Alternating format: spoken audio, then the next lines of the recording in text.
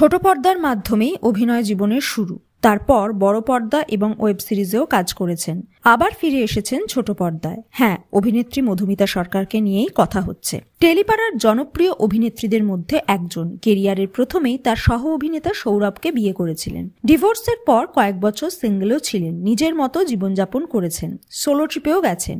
এরপর তার জীবনে আসে বাল্যবন্ধু দেবমাল্য। বছরের শেষেই তাদের ছাদনাতলায় যাওয়ার পরিকল্পনা ছিল। অবশ্য এই বিষয়ে মধুমিতা শিলমোহর দেননি। তিনি বলেছিলেন, বিয়ের প্রস্তুতি চলছে। জানা যাচ্ছে নতুন বছরে বন্ধু দেবমাল্যর সঙ্গে 4 রাত 1 হবে তার। 23শে জানুয়ারি বিয়ের দিন ঠিক হয়েছে। বারুইপুর রাজবাড়িতে বসতে পারে বিবাহ আসর। 25শে জানুয়ারি রিসেপশন শোভাবাজার রাজবাড়িতে অনুষ্ঠিত হবে। টলিউডের অনেকেই এই অনুষ্ঠানে উপস্থিত থাকবেন। মধুমিতা দেবমাল্যর বিয়ের আসরে বসতে পারে চাঁদের হাট। বিয়ের লাস্ট মিনিট প্রিপারেশনে ব্যস্ত তারা। দুবাড়িতেই চলছে জোর কদমে প্রস্তুতি। মধুমিতা এখন শুটিং করছেন স্টার জলসার ভোলে বাবা পারকারেগাতে। নীল ভট্টাচার্যের বিপরীতে দেখা যাচ্ছে তাকে।